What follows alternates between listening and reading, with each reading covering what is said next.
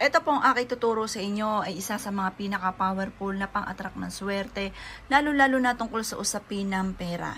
Ngayon pa mga bossing ko, alam nyo po ba mga bossing ko na sa May 8 mga bossing ko ay full moon? Ito po mga bossing ko ay magdudulot ng swerte tuwing full moon or kaya po mga bossing ko tuwing Tuesday or Friday or kung kailan nyo ito napapanood at nais nyo po itong gawin dahil simple lang naman po ang aking pong ituturo sa pamamagitan mga bossing ko ng tubig. Ang tubig mga bossing ko ay humihigop ng mga negatibong enerhiya at nagdudulot po ito ng swerte. Kaya mas mainam mga bossing ko ay gamitin po natin ang mga simple mga pamamaraan kagaya ng tubig na ito upang sa ganoon ay higit tayo na maka-attract ng swerte lalo-lalo na tungkol sa usapin ng pera. Ngayon po mga bossing ko, ibulong nyo sa tubig ko ang lahat ng nais po ninyo na maganap sa buhay ninyo or yung lahat ng nais ninyo ng pagbabago sa buhay po ninyo. At pagkatapos mga bossing ko, matapos nyo pong ibulong po dito, ibibilad nyo po ito sa buwan mga bossing. Kapag hindi naman po full moon, pwede nyo itong ibilad sa sinag ng araw ng mga bandang alas 7 ng umaga.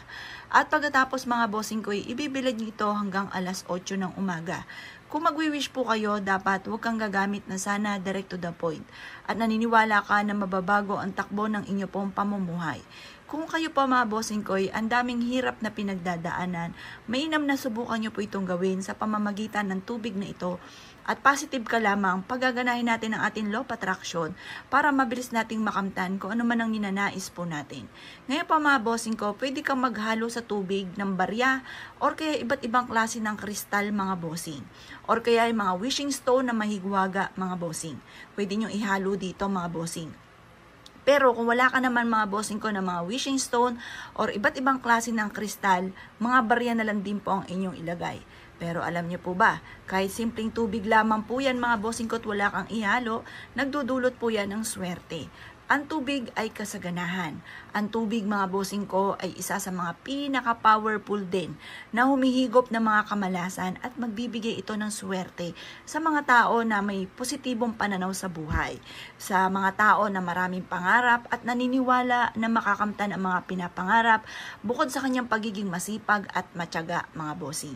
Ngayon pa mga bossing ko, ibilad nyo lang po ito sa sinag ng buwan at ng araw. At ito po mga bossing ko, hanggang alas 8 lang ng umaga ang pagbibilad. Kunin nyo na po ito at ilagay ito sa ilalim ng inyong higaan. Or kaya sa inyo pong altar mga bossing o sa likod ng pintuan ng inyo pong main door or sa hapagkainan kung saan kayo ay kumakain. Makakatulong po ito upang sa ganon, makamit nyo kung ano man ang inyong matagal ng mga pinapangarap.